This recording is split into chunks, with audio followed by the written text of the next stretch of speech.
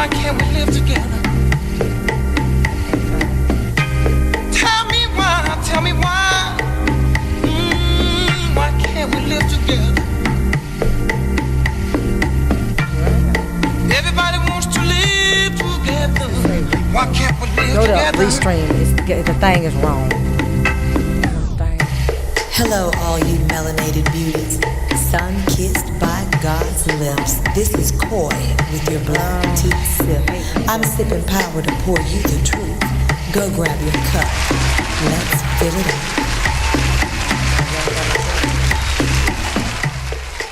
up. Welcome to the Black Tea Sip. This is your award-winning host, your girl Koi. I am because we are. And so we got a lot to talk about today, a lot of crazy stuff going on in the world, but not as much as last week, just mildly crazy this week, not overly crazy. Look at that. And so let's talk about Halloween for just one quick second. I understand that a strip club decided that they wanted to also have Halloween costumes, and so there was a stripper that did a dinosaur costume. And so the only thing really sexy or alluring or human about her whole presentation was her sticking her leg out. And so, shout out to the strip clubs who are trying to do something more Jurassic Park style. And so, if you were in the mood to be devoured by a sexy dinosaur, then that was the strip club you should go to. Happy Halloween. Listen, we've got a lot of things going on in the world, but I am very pleased that Brandon Gonzalez has been released, and the police department has decided that they are not going to pursue any further charges against him with charging him with what we used to call East Texas State University. It's since become Texas A&M at Commerce. But there was a shooting, as you well know. 2 were killed. I believe 6 were injured. And they were charging him with that crime. And several people came out and said he couldn't have possibly done it. He was with me. His brother came out, and they said he was dressed like the shooter. And he has been released. So shout out to the Greenville Police Department for doing what's right, not railroading another Hispanic man for a crime he did not commit. We've got Ryan Reed. A lot of people, I tried to get an interview, couldn't get anybody to respond, so we'll work on it for next week. But Ryan Reed has received 2 stays of execution. And everybody's talking about we are looking at trying to get his sentence either commuted, where they say he served his time, or try to get the governor to release him based on the fact that there is new evidence that suggests that the woman's husband or fiance killed her. And so it's about a black man who was dating a white woman. I don't know why y'all keep doing this. Y'all haven't learned nothing from OJ. But a black man that was involved sexually with a white woman whose fiance whom she lived with, was a police officer. He later went to prison himself. And while in prison, he supposedly, the prison confession told a guy that he killed the girl because she was a N-word lover. And the reason he supposedly made this confession was to be able to get support from the Aryan Nation. So a cop in prison, he's under a great deal, let's just call it duress.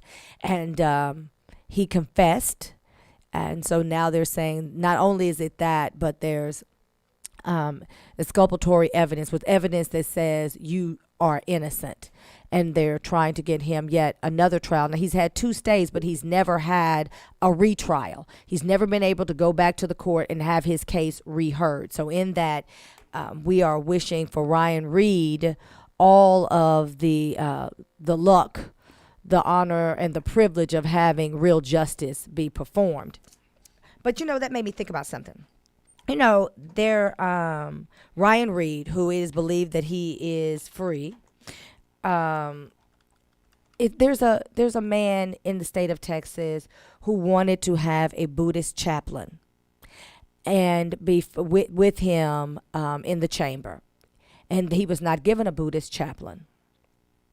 And because of that, he got a stay of execution. Well, now they're looking at it and they've stopped the execution altogether because not only was he not given a Buddhist chaplain in the room, he was not given a Buddhist chaplain as Christians and Muslims are given their spiritual advisor prior to being led to getting a needle stuck in your arm and killing you. And so it made me think. Ryan Reed, who it has been believed that he is innocent, there's evidence to suggest that he's innocent and he can't get a new trial to get out of prison. But they will stop an execution because a man is not given a Buddhist chaplain. I mean, maybe the man is innocent, but because there are plenty of innocent people on death row. But it does make one think as to why you would suggest that this man does not deserve all the rights and privileges of a new trial when there's exculpatory evidence suggesting that he's innocent, yet you will stay in execution because someone did not have a chaplain in there to hold their hands. I am not saying that that man is not deserving of the same rights and privileges that other death row inmates, get, but I do think that when we're talking about propensity of right and wrong, suggesting that someone shouldn't be there at all and suggesting that someone have a spiritual advisor before they're killed, it just seems like, 49% in one hand and 51% in the other. All right. Look, I've got a good show for you guys today. We're going to talk about lots of things. I know there's all kinds of things going on all over the Twitter and the Black Twitter. You know, some people think Black Twitter is really a thing and they've been trying to gain access. Shh, don't give them the secret password. And Facebook and Instagram. We're going to talk about lots of things, but let's talk about politics. We, as Democrats, I kind of consider myself an independent, but I used to be a really avid Democrat, and I still vote Democrat, although I think the Democrats do a lot of spineless things. However, Democrats are on the rise. They're taking over the House. They're taking over gubernatorial races. It's a Democratic takeover. So, we'll talk about that. And we'll talk about education. Let's get into the Black Excellence and the Dildo of the Day Award. And some of y'all get the Dildo of the Day Award. We're going to take a quick break. This is your girl, Coy, your award-winning host. I am because we are. This is the Black Tea Sip.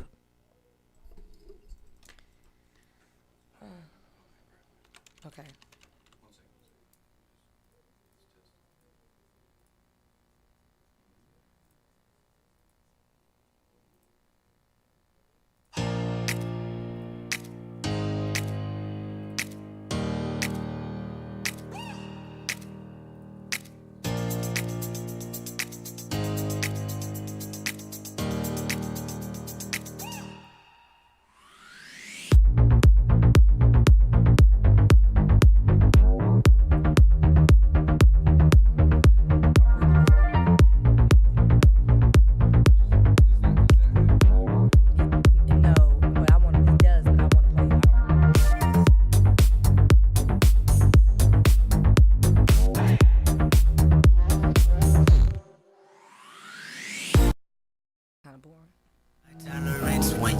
Don't exist, man, I swear my nigga tripping off that shit again. Pick him up, then I set him in cold water. Then I order someone to bring him fight, cause didn't know that take the pain away from the feeling that he felt today. You know when you're part of Section 8 and you feel like no one can relate, cause you are a loner, marijuana endorphins make you stronger. I'm in the house party, tripping off my generation, sipping cough syrup like it's water. Never no pancakes in the kitchen, man, not one of our lives is caught up in the daily superstition that the world is about to end. Gives a fuck, we never do this unless it comes with an 808. A melody and some hoes, PlayStation and some drink, technology bought me soul. Looking around and all I see is a big crowd that's product of me and the probably relatives relevant for a rebel stream. Yep, her president is black, she black, proper label on her back, but that tap is like, so she take it straight to the head.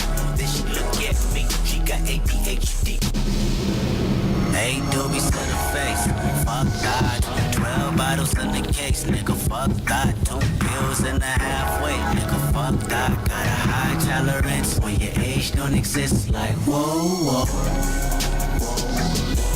Don't gotta limit, just give me some more with it. Don't gotta limit, just give me some more with it. They always tell me ADHD did it. And then she started. And then then she started feeling herself like no one else in this apartment. Beg your pardon, oh I rap, baby. How old are you? She say 22, I say 23. Okay, then we all crack babies. Damn, why'd you say that? She said, where my drink at? I'ma tell you later, just tell your neighbors and the police relax. I stood up, shut the blind, closed the screen, jumbotron, made to the back where she reside. Then she said between the lines, yeah, I'm hope that I get close enough when the lights turn down. And the fact that she just might open up when the new folks start to drown. Her body and I know the both of us really deep in the mood now. It's nothing we can do now. Somebody walked in with a pound. Oh, that Bay Area Kush. She looked at me, then looked at it, then she grabbed it, then she said, get it understood. You know why we crack babies, because we born in the 80s. That ADHD crazy. Hey, doobie to the face. Fuck that. 12 bottles in the case, nigga. Fuck that. 2 pills in the halfway, nigga. Fuck that. Got a high tolerance when your age don't exist. Like whoa, whoa, whoa, whoa, whoa. Don't got a limit, just give me some more credit. Don't got a limit, just give me some more credit. They always tell me ADHD.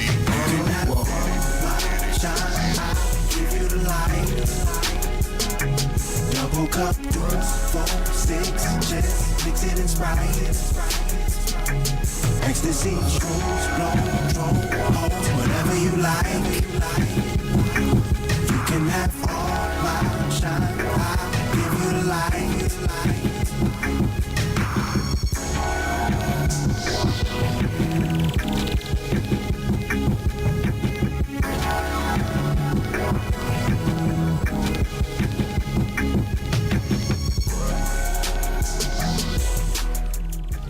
All right, and we're back. As you can see, I've got a new graphic out there, ladies and gents that are actually watching this radio show. It says T.H. Moore, the author of I Am. He'll be here December 6th to talk with us. This is his third book. So the book I Am that we'll be talking about on December 6th is actually won't be out until December 10th. So look at the Black T Sip getting a little exclusive. But it says available now. He has 2 other books, T.H. Moore, M-O-O-R-E.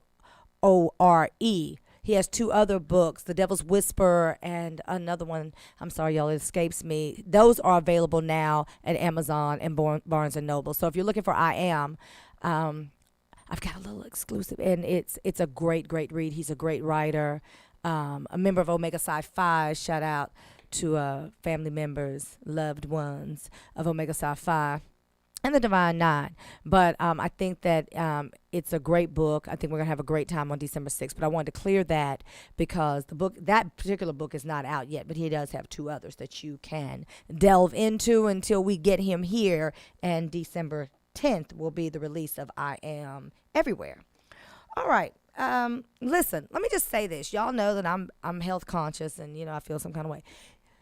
So plastics, I have to admit, I am not really good about recycling. If I find it to be an inconvenience, I don't really do it. So that's my bad.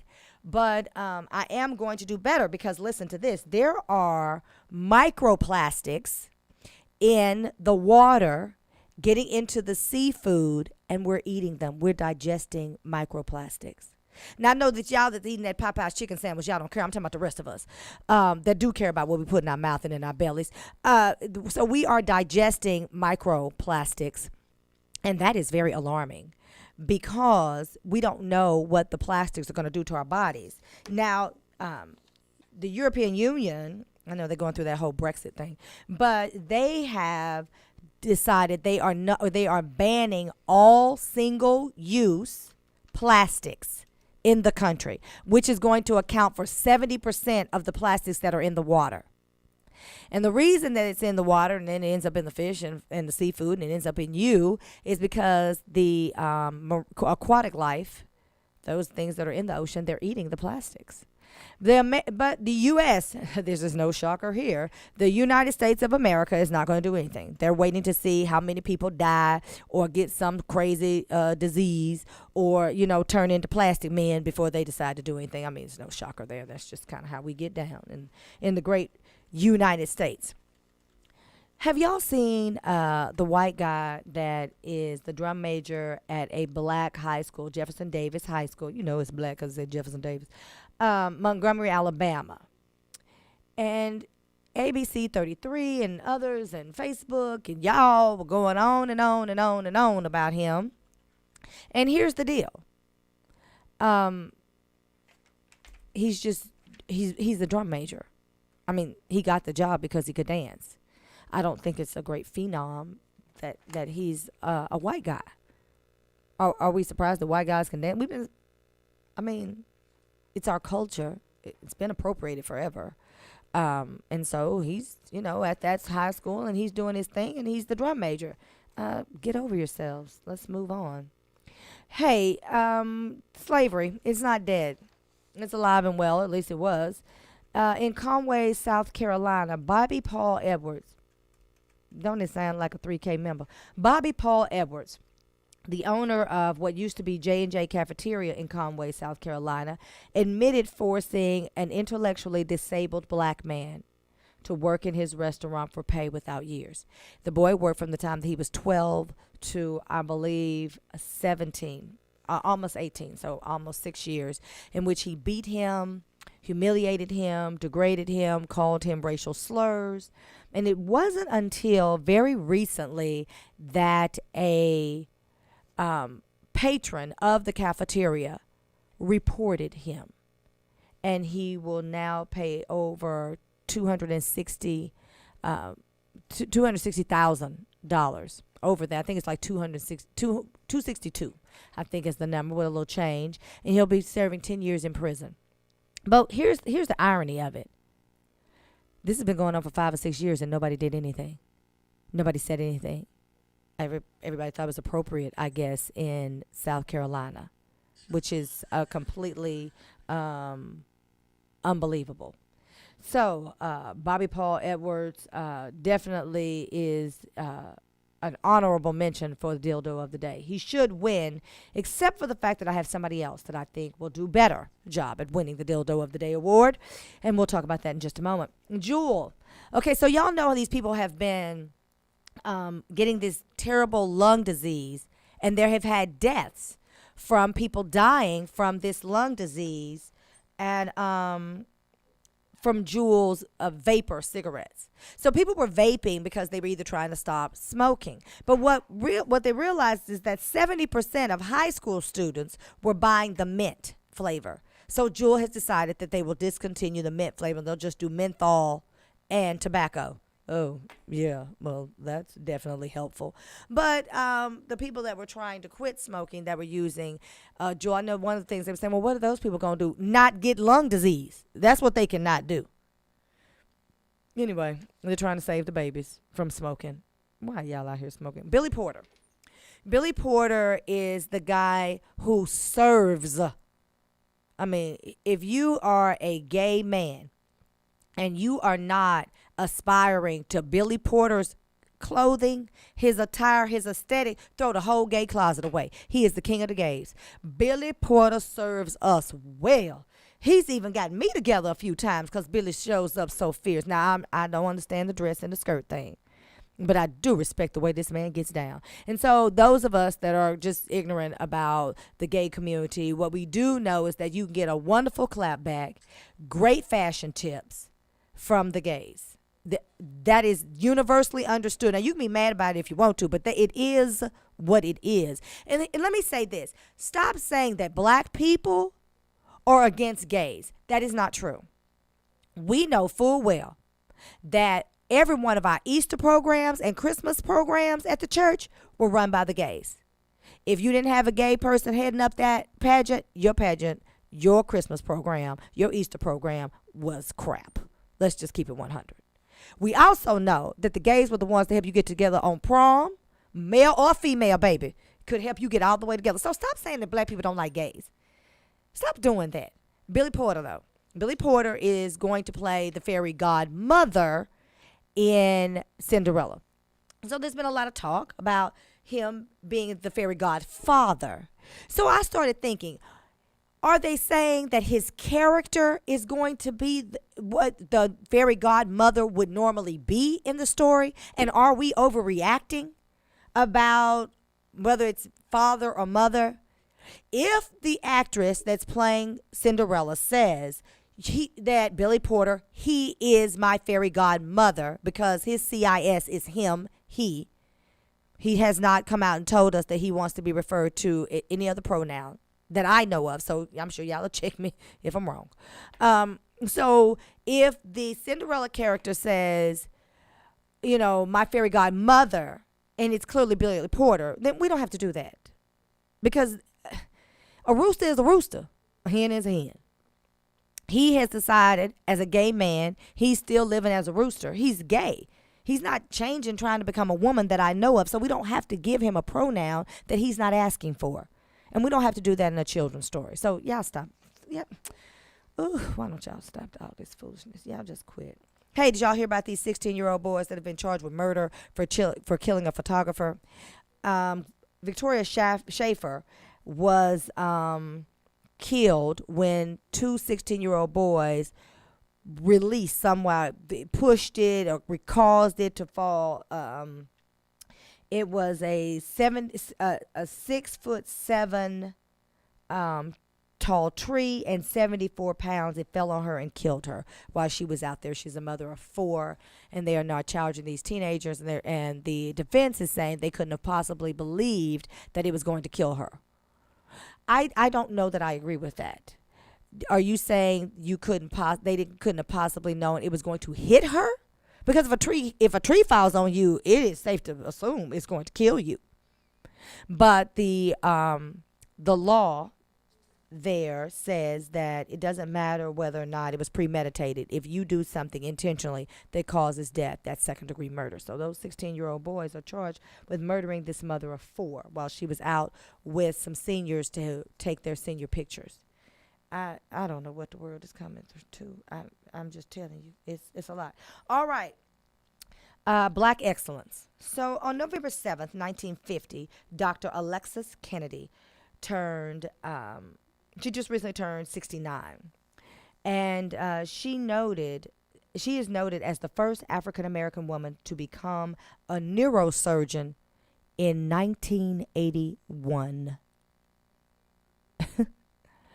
We know that Charles Drew invented open heart surgery.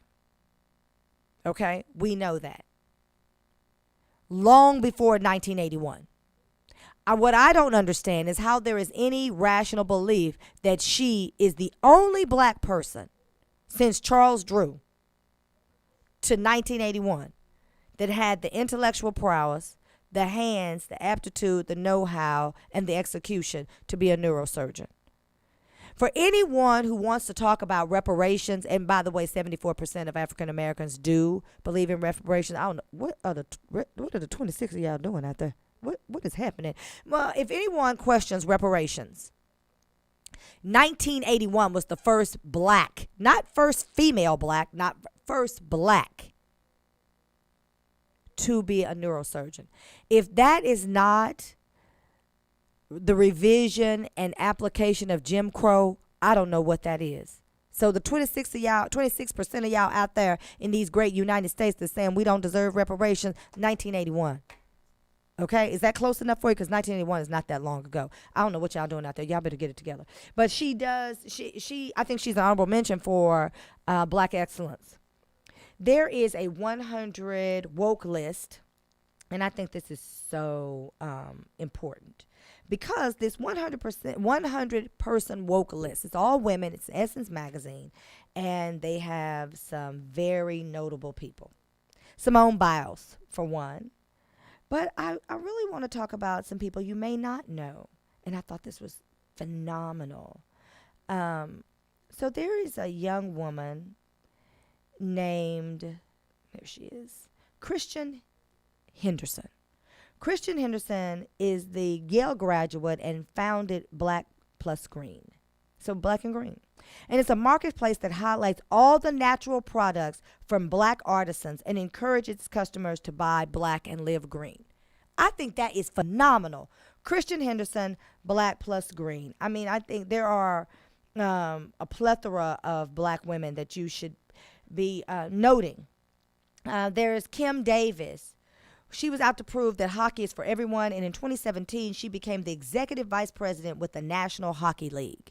Because, they say we don't play hockey. The reason we don't really out there playing hockey, because we don't really live in really cold climates. Because yesterday I had to put my earmuffs on when I was at Bob's Chop House, and my man was just like, I cannot believe you. I don't like being cold. I embrace the fact that I am from a tropical continent, and I am a tropical person by virtue of my DNA. And I don't like being cold. But she was out there. She was saying, listen, black folks can play hockey too. Shout out to Kim Davis. And there are several. I mean, it's 100. So I can't go through every one. But I do want to talk about the fact that one of the 100 woke list is none other than Dr. Glenda Glover. Dr. Glenda Glover is the president of Tennessee State University, HBCU, Historically Black College University. She is also the international president of Alpha Kappa Alpha Sorority Incorporated. But she is noted and celebrated in this list because of her work with giving money to HBCUs. So Alpha Kappa Alpha Sorority Incorporated for the second year has given $1 million. We collected $1 million for HBCUs in one day, in one 24-hour period. And Dr. Glenda Glover is on a campaign to ensure that monies are available at HBCUs for us to continue the legacy of historically black colleges and universities education. The education you get from an HBCU is like none other. I know I got a lot of people out there who went to PWIs. That is called predominantly white institutions. And the truth of the matter is the nurturing, the growth, the love that you get from your HBCUs is an embracing of who you are and what you are and whose you are, and to teach you how to live in your sun-kissed skin. And so I think that it is phenomenal that Dr. Glenda Glover has been recognized for the work that she is doing with Alpha Kappa Alpha Sorority Incorporated. But you really should go to Essence and check this out. It's just a great read, and it's a little synopsis about 100 black women that you may not know that are out here, literally doing their thing. So shout out to Essence for that. I thought that was great. Listen, Mayor LaToya Cantrell, she's from California, but she went to school in New Orleans, and she is now the mayor of New Orleans. I am giving her the Black Excellence of the Week award because she created sobering centers in New Orleans.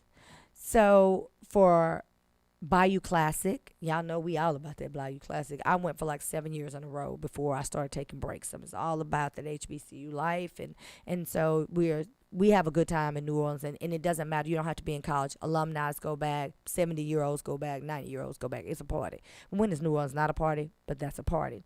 But I think about Bayou Classic, young kids drinking too much, ended up getting the drunk tank and getting a case and clogging up the courts, and the stigma of being charged with drunken intoxication or surely and hopefully not drinking and driving. This sobering tank is good for Mardi Gras. It's good for Essence Festival. It's good because it does not fine you, lock you up, humiliate you. You can go and seek help at a sobering center and be able to be safe, unharmed, and get yourself together. And so I am giving Mayor LaToya Cantrell the Black Excellence of the Week award because I think that is phenomenal that she came up with that. They just cut the ribbon this week, and I hope never to go see it for real, but maybe I'll stop by there and check it out because I'm interested. But I don't drink like that. I'm very responsible. But shout out to New Orleans. I just came back. We just pinned one of my best friend's daughters, Sydney Skiwee. And so we were just there. Luckily, none of us needed the sobering center. It wasn't open yet anyway. But I think that's phenomenal. We need to take a moment of silence. Although this is the radio, so I can't be quiet for too long. But I am going to announce the Dildo of the Day award right after this break. Do you want to find a stable job in a growing field? IT jobs such as network systems administrators, cybersecurity, programming, cloud, and computer systems analysts are expected to increase 25% by 2022. Texas Premier Technology Institute offers training for top certifications such as CompTIA, Cisco, and Microsoft in less than 12 weeks. And if you're unemployed or underemployed, you may qualify for free tuition. Contact TPTI at 1-888-490-TPTI or check them out on the web at tpti.us. Nourished skin is healthy skin. Simply Ardor skincare products provides luxurious nourishment for your body. Indulge in rich scrubs and body butters and top it off with our sensational and unique aromatic lines of sprays and roll-on fragrances. It's simple and lovely. Simply Ardor. Love is real. Just spread it.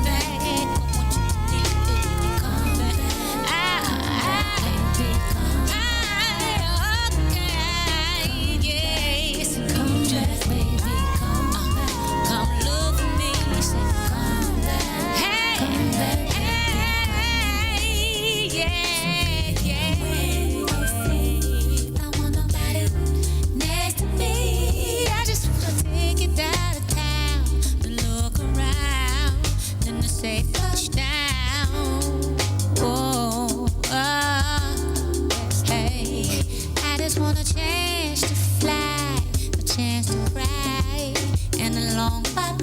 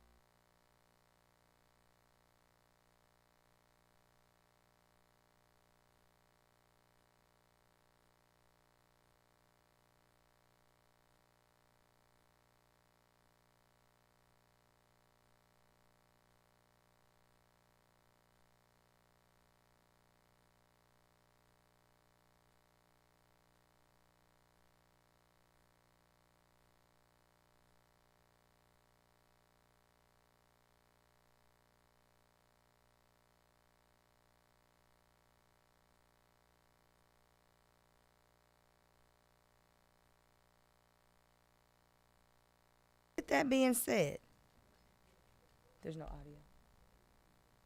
audio.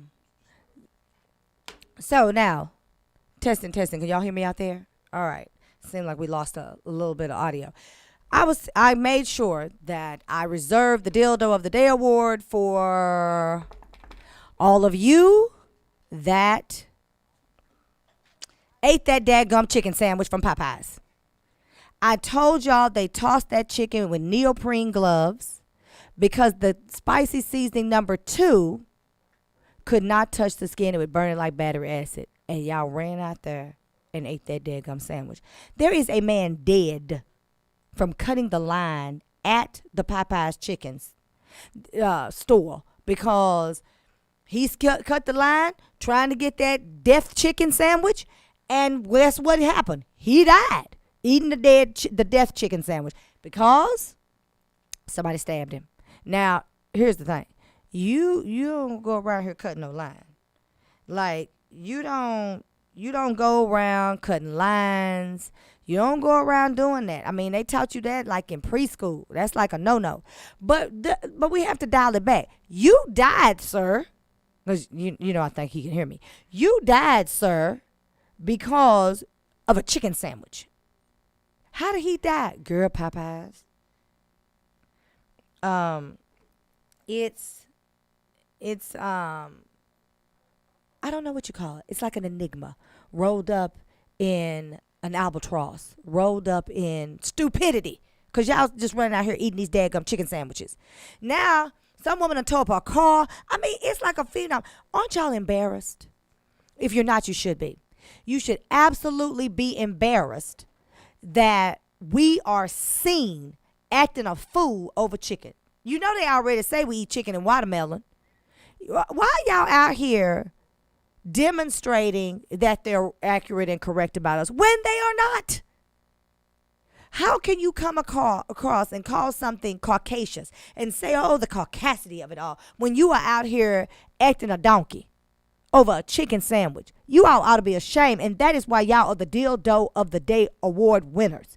Everyone, including Angelo, my engineer, who ate the chicken sandwich and had the unmitigated gall, yes, ladies and gentlemen, the unmitigated gall to send me a video message.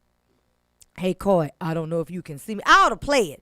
If I had been thinking I would have played the clip, I would have made him play himself so he could be further humiliated and embarrassed. See, don't come for me, baby, unless I send for you.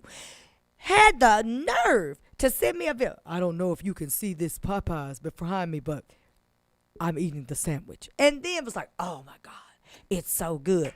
Okay, so is a copay. A copay is so good, too. All right, that's utterly ridiculous. I don't even know what to say about that. That's beyond my comprehension or understanding. Politics. I told you all to go out and vote for Lorraine Billabel if you lived in House District 100, and you did. You all ran out there and you voted. And I am happy to say that she was the lead vote getter.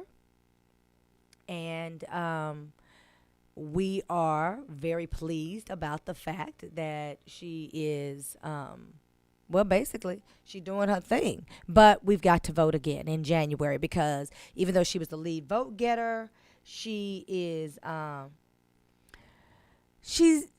she's running for a state representative. I feel like I need to say that because I haven't. And House District 100 is your state representative. So it's your state Congress person. And the person who previously was in that seat is Eric Johnson, and he is now the mayor of Dallas. So there's several people running. She's running in a runoff with Daniel Clayton. I know Daniel. I like Daniel, and I've worked with him on campaigns. I am just choosing Lorraine. I think Lorraine not only has a grasp on what's going on, she's very connected, but she also has, I think she has the strength, the wherewithal to fight the battle.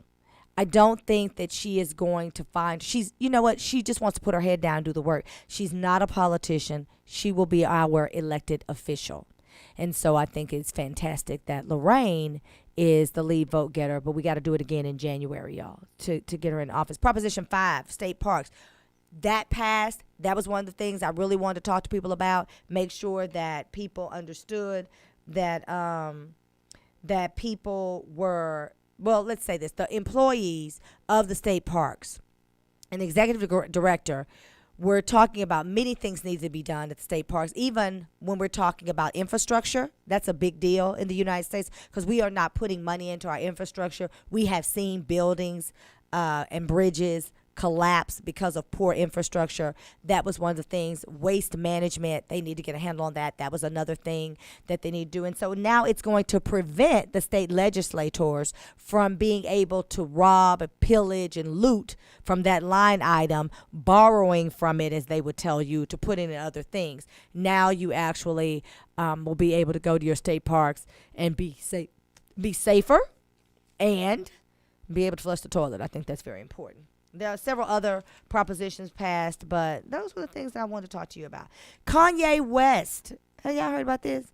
Kanye is going to run for president in 2024. He announced it in New York City at Fast Company Innovation Festival.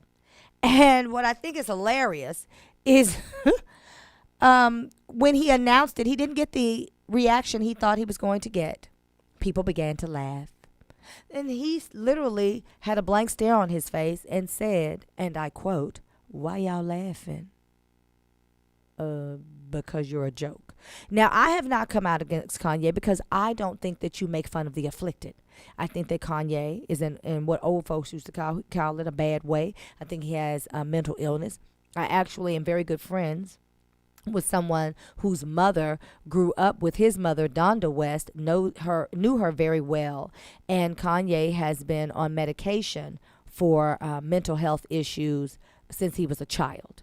So I don't make fun of the afflicted. I know a lot of people are mad at me because I won't come out against Kanye, but, you know, I don't think you ought to make fun of people because they're sick. Clearly, he's sick because he thinks he's going to be president of the United States. And the reason he thinks he's going to be president of the United States, I feel like I'd be remiss if I didn't say this. He thinks he's going to be president of the United States, Kanye does, because he says that he is going to create more jobs with his clothing line that he will not have to be elected. He will walk into the office. But if that ain't crazy, baby, I don't know what is. Kanye for president 2024. Y'all do what you want to with that. The Democrats have taken control. We are winning. And I'm saying we because now, you know, I'm fair weathered. I was saying I was independent, but now that we're winning, I'm over here with the Dems. You know, I go back and forth. I'll never be a Republican, though. Don't worry about that. So the Democrats took control of the House of Representatives, and this is going to further push forth the agenda for Trump's impeachment. Now, we're getting ready for the public hearings. I can't wait.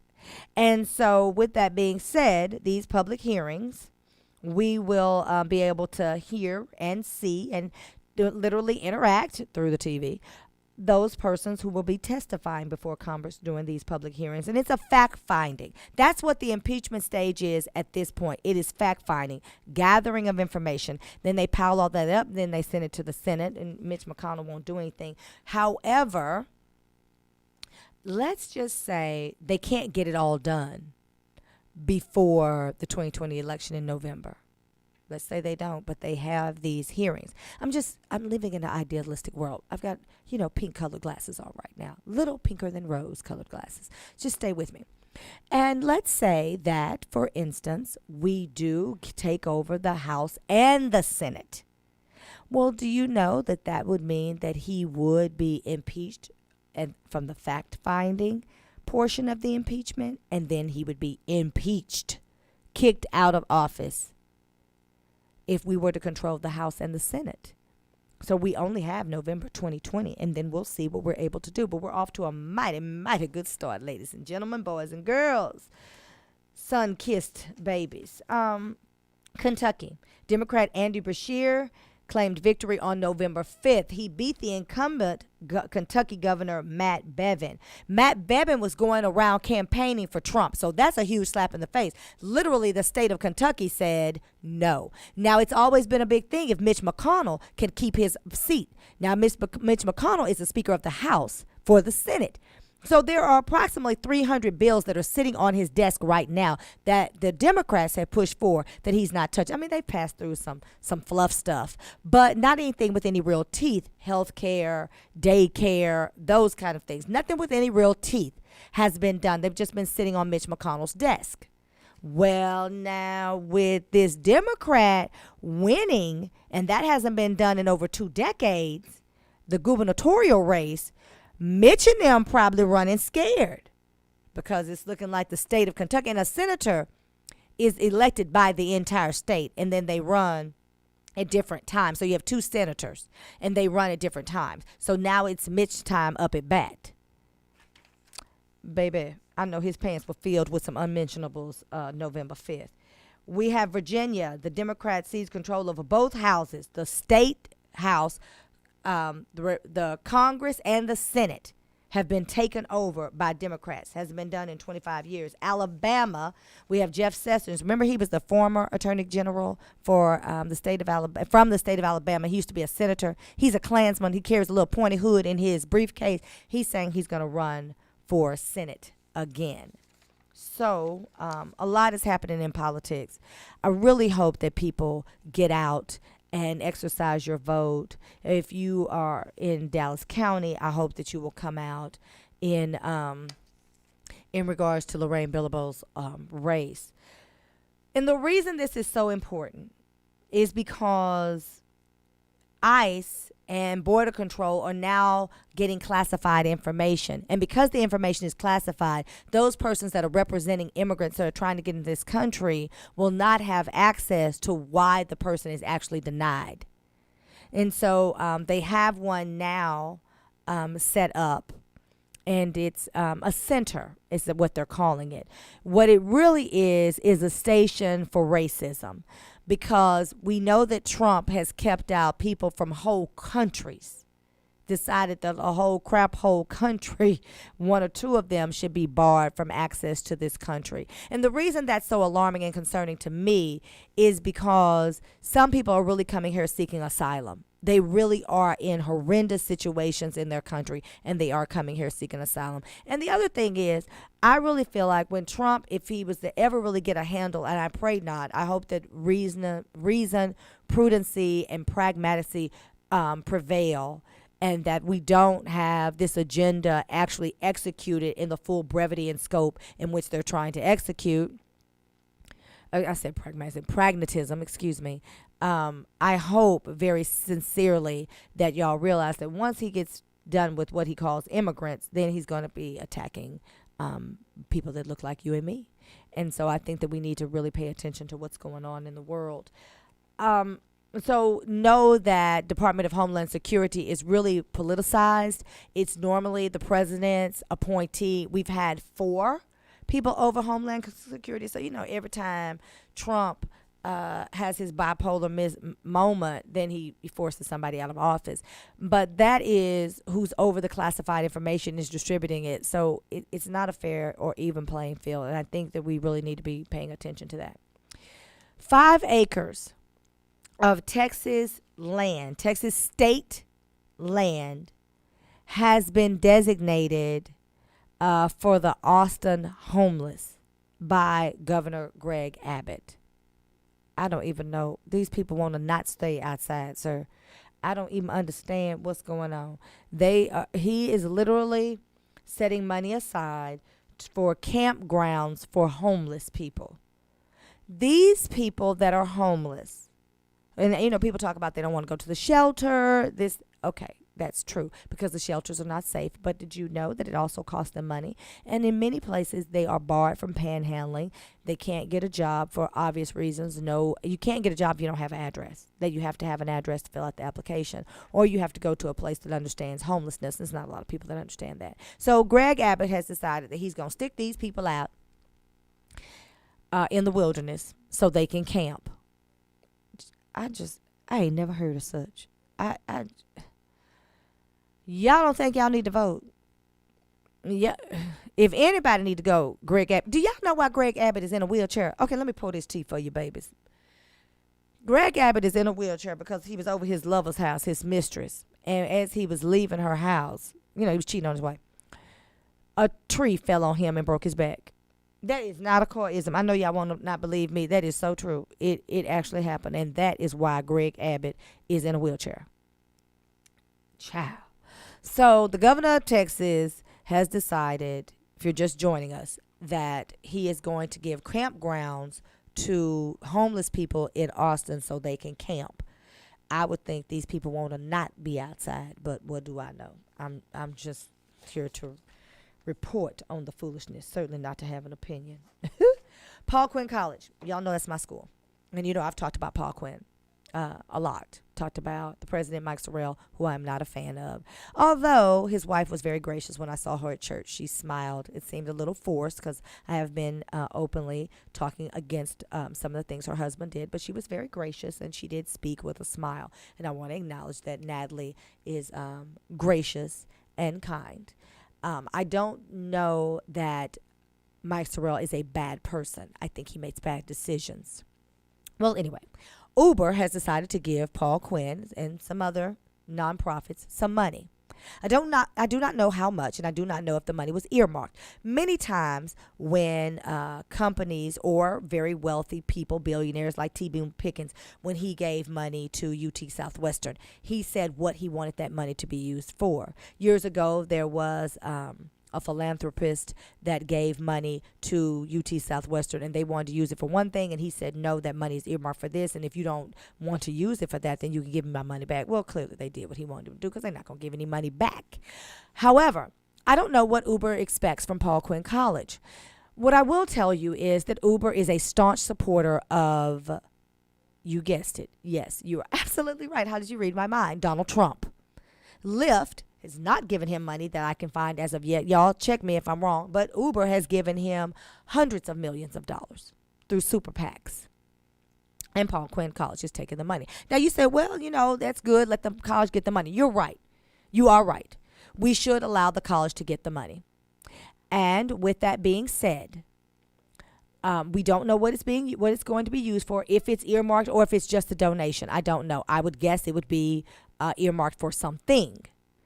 However, what I will tell you is all Mike Sorrell had to do was show up to the designated place to receive $100,000, not earmarked for anything, a donation given. Paul Quinn College was one of the schools selected. Mike Sorrell chose not to go. He had a speaking engagement. I do not have this as confirmed, but I believe that he was a speaking engagement and he was going to get paid for. So he chose not to go to receive the $100,000 from Alpha Kappa Alpha Sorority Incorporated. Out of 33 schools, 32 schools got the money. He was the only one that did not, because he wasn't there. He actually sent one of my sorority sisters who happens to be a board member, and they said, you are not the president and we are not giving you the check. The only stipulation is the check had to be given to the president in his hand. Every other president showed up. But he will take the money from Uber. You said, well, why is that important? I'll tell you. It's important because I believe that the money from AKA was not going to get the same kind of recognition. It was not going to be the same kind of grandstanding. So he would forego $100,000, not earmarked for anything. But he will take the money from Uber, who is a staunch Donald Trump supporter. Yes, take the money, but let's see what happens. You know, I say that a lot. Let's just see what happens. All right, I've got to take a quick break. Let's talk about education at the 12 o'clock hour when I come back. There has been a lot going on in education. This is Coy with the Black Tea Sip. I'll be right back. Hello, you beautiful melanated people, ladies and gents, sun-kissed by God's lips. The Black Tea Sip is on Fishbowl Radio Network every Friday from 11 a.m. to 1 p.m. This is Coy, and I'm still sipping power to pour the truth, and you can join me every Friday from 11 a.m. to 1 p.m. Let's share and examine the Black life experience, and you can call in and we'll sip together every Friday from 11 a.m. to 1 p.m. in the Gray Bowl. Stay black, stay powerful. I can't wait. On FishbowlRadioNetwork.com. Jump in. Hi there, this is Lori Dunham with Dunham Business Radio. We won the 2019 Gray Bowl Show of the Year. We also got an award for community service, and I can't thank you enough for all of your support. We are on the next level, and we're going higher, and I can't do it without you, and I'm so grateful. Thank you so much, and stay tuned in on the Fishbowl Radio Network.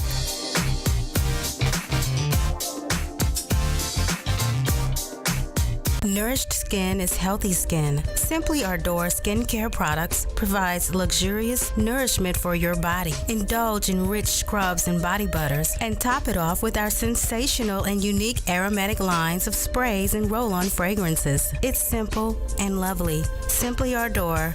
Love is real. Just spread it.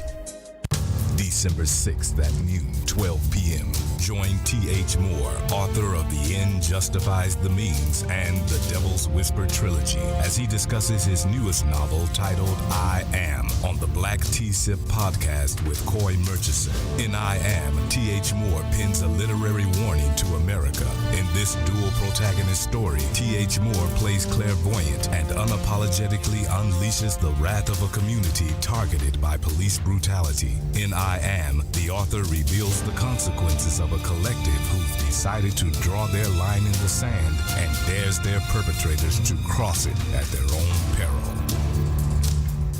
Do you want to find a stable job in a growing field? IT jobs such as network systems administrators, cybersecurity, programming, cloud, and computer systems analysts are expected to increase 25% by 2022. Texas Premier Technology Institute offers training for top certifications such as CompTIA, Cisco, and Microsoft in less than 12 weeks. And if you're unemployed or underemployed, you may qualify for free tuition. Contact TPTI at 1-888-490-TPTI or check them out on the web at tpti.us. FBRN.US.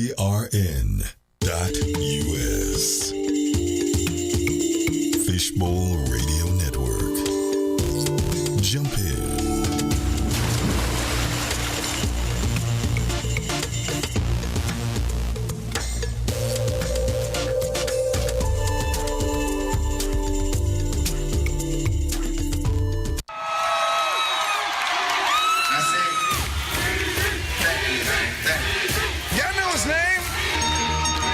Ladies and gentlemen, C5. Wing time. Yeah. Zone. Let me see your shoulders work. I mean, I don't know what y'all came here to do, but if you ain't got a lighter, what the you smoking for? What the though? Where the love go? 5, 4, 3, 2, I let one go. Wow, get the though. I don't bluff, bro. Aiming at your head.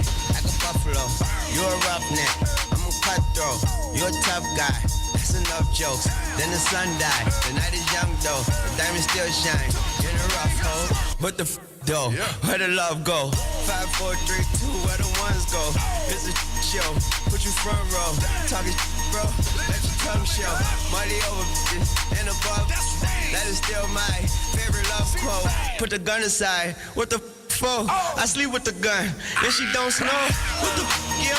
Where the love go? Trade the ski mask for the muzzle. It's a bloodbath. Where the suns go? It's the Swiss beat. That the drums go. If she's iffy, that the drugs go.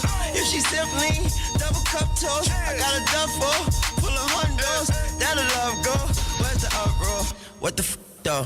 Where the love go? 5, 4, 3, 2, I let one go. Wow, get the though. I don't bluff, bro. Aiming at your head like a buffalo. What the though?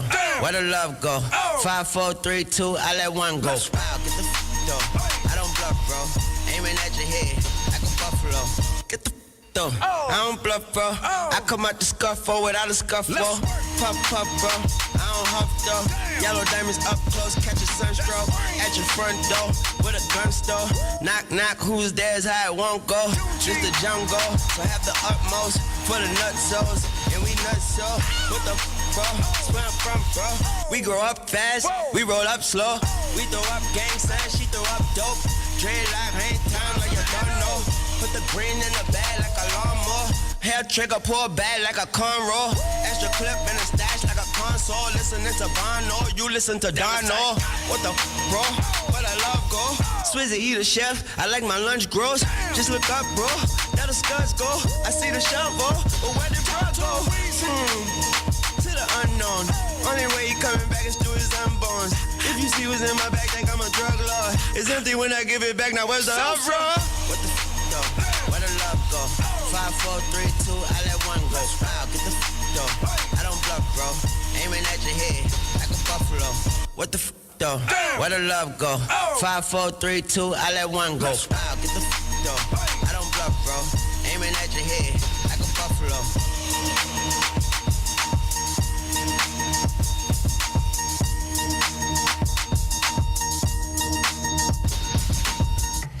I'm not saying I'm going to rule the world or I'm going to change the world, but I guarantee that I will spark the brain that will change the world, and that's our job. Tell me why, tell me why, tell me why. Why can't we live together? Tell me why, tell me why. Why can't we live together? Everybody wants to live together. Why can't we live together? Hello, all you melanated beauties, sun-kissed by God's lips. This is Koi with your black tea sip. I'm sipping power to pour you the truth. Go grab your cup. Let's fill it up.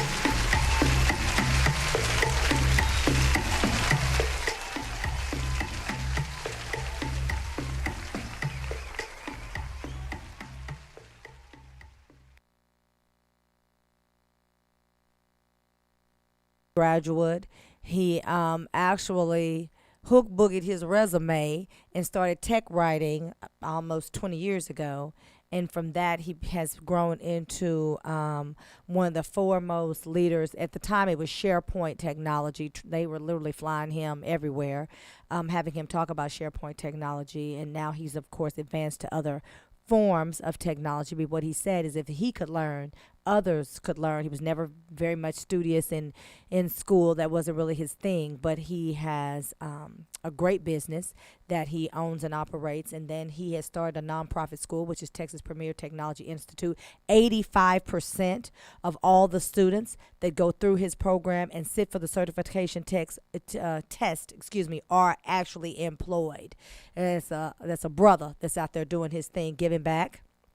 And I think that's very important. And then we have the author, T.H. Moore, who's a HBCU grad, a brilliant writer. The graphic says that you can buy that book, I Am, now. It will not be out until December 10th. He'll be on this show on December 6th. I can't wait for that. But you can buy his other 2 books on Amazon and Barnes & Nobles now. So we got some stuff happening in December. Some sponsors coming up, and Simply Adore. You had Teresa Patton here, who I've known a long time, who has an organic, handmade, I think that I should also say that, body butter and sugar scrub. Listen, it is a phenomenal product. Angelo does not hand sandpaper hands anymore. I'm sure his woman is very happy about that, child. And it's a phenomenal product. So I really want to showcase entrepreneurs, brothers and sisters that are out there doing their thing. So Black Tea Sip is not only about celebrating, examining the Black life experience where we sip power to pour truth, but it's also about giving visibility to those of us that are out here trying to do our thing. All right. I left you all with saying we're going to talk about education. And I think that's very important. I gave the Dildo of the Day award to those of you that ate that chicken sandwich because it's like literally Sodom and Gomorrah out there. I don't know what you will or will not do for a chicken sandwich. But I think education is important, and y'all ignored me when I told you this thing will burn. The seasoning will burn a hole in your skin like battery acid. And I actually had the person who told me that say, well, listen, I don't work there anymore. I haven't worked there in several years, but we don't know what they're tossing the actual patty that they're putting on the sandwich. Boy, stop. What you think? They just went out and got some more seasoning and not the special, what do they call it, spicy seasoning number 2? Special sauce. They just went out and got some more for the chicken? No. But I do want to say this, because I'm recapping from the 11 o'clock hour, that something in the seasoning and the artificial red, blah, blah, blah, actually does cause aggression, irritability, amongst other things. So when those of us that are out here telling you from an educational standpoint that you are killing yourself slow and that this sandwich is literally making people go crazy, we are not wrong. All right, let's talk about education. I know y'all saw it. The woman that beat her child. And this, I couldn't get through the whole thing. Right. I really could not get through the whole thing. And the reason I couldn't get through the whole thing is it's one of the most horrendous things I have ever heard in my life. So let me set it up for you, for anyone out there that was under a rock and has not seen it. A mother gets a call from the teacher, young Caucasian teacher, calls about a young boy. It appears that he's in the first, no more than second grade. Well, apparently he was flippant with the teacher. So the teacher called his mother, and she came up there with her belt. Now, this is not unheard of in the Black community. Where you show out is where we work it out. Now, baby, how many of us have not heard that? However, I am of the opinion, y'all about to get mad, that Black people beat their kids too much. You don't hear some mom going off in the store about a kid asking for some Skittles, and then she just goes ape. And you be like, well, damn, he a kid, they're Skittles. I think one of the things that we need to concentrate on, and I'm not just saying only Black people are bad parents. I am certainly not saying that. But I am saying that they seem to want to push us out there as bad parents more than anyone else. They seem to want to demonstrate and showcase our deficiencies. And unfortunately, when you are Black, you bear the Black tax. So if you are a mother or a father and you're of the African diaspora, then oftentimes what happens is they paint a picture of you before you even show up as uninvolved, unconcerned, bad parent. And then you have to show that that is not the case with you, because the overall consensus in education is that we don't care about our kids the same way other people care about their kids. I don't know why that's the case, but that's certainly the case. Who knew? So with that being said, they have several videos all over the world showing this mother. So I'm going to set it up for you, and then we're going to play a little bit of it because I can't get through the whole thing. But the mother actually walks to the teacher and tells the teacher to stay right here. Now, what no one is talking about is the fact that she showed up with someone to film it because she wanted to get the social media likes for emasculating her young Black child, humiliating her young Black child, and dehumanizing her young Black child. So this is when she first encounters the teacher. I'm going to play a little bit of it for you.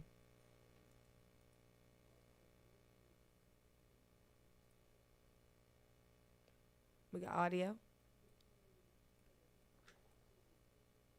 Hold on, y'all. We're having problems with our audio. So the mother actually walks up to the teacher. So here we go. So I apologize for what he had. But I'm about to beat his ass. I'm gonna let you know that right now. This is going on. He ain't never done. You stay right here. You stay right here. Because I need you to stay right here. Okay, so now the mom is walking away. I don't know if y'all can understand it because the audio is a little low. She tells the teacher, "You stay right here. I'm about to beat his. I'm gonna beat. I'm gonna beat his." I can't keep up with you. So the idiot filming says you're running and I can't keep up with you. I gotta speed walk with you. Shit. Now, listen to the language.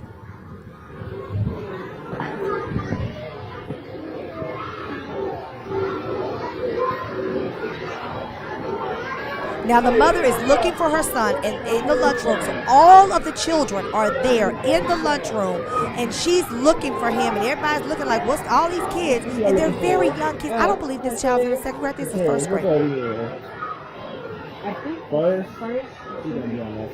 Now she's about to encounter her child. Now the lunch people are looking around like, what's going on? But no one has stopped her to ask her, can they help her or anything of that nature. Now the idiot with the camera is coming around. She sees her son. She grabs him like they are in a fight. I mean, this is WrestleMania 5.0. Grabs him by the back of his collar and is leading him out in front of every single child and adult in that lunchroom. And all of this is being filmed. She pulls him out of the school and she is walking him back to the teacher because as she walked away, she told her, you stay right there. You stay right there. I'm about to beat his ass. Now here we go.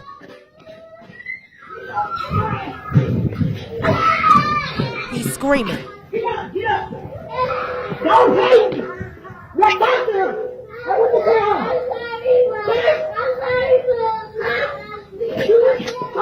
And she begins to beat him while he's standing there saying he's sorry.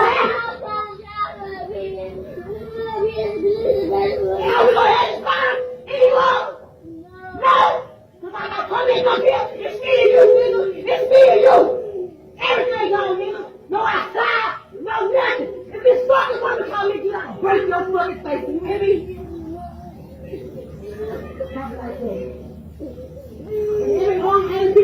Okay, we can stop it there. I can't go on. We'll stop it there. So now she's in front of the teacher and another woman who's wearing a badge who did nothing.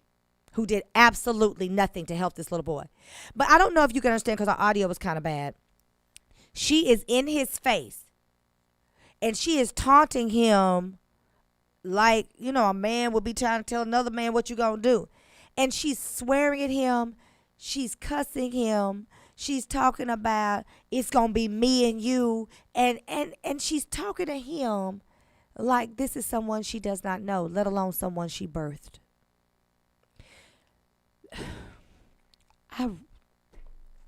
I almost cannot watch this because our children are in horrendous situations all over the United States when it comes to education.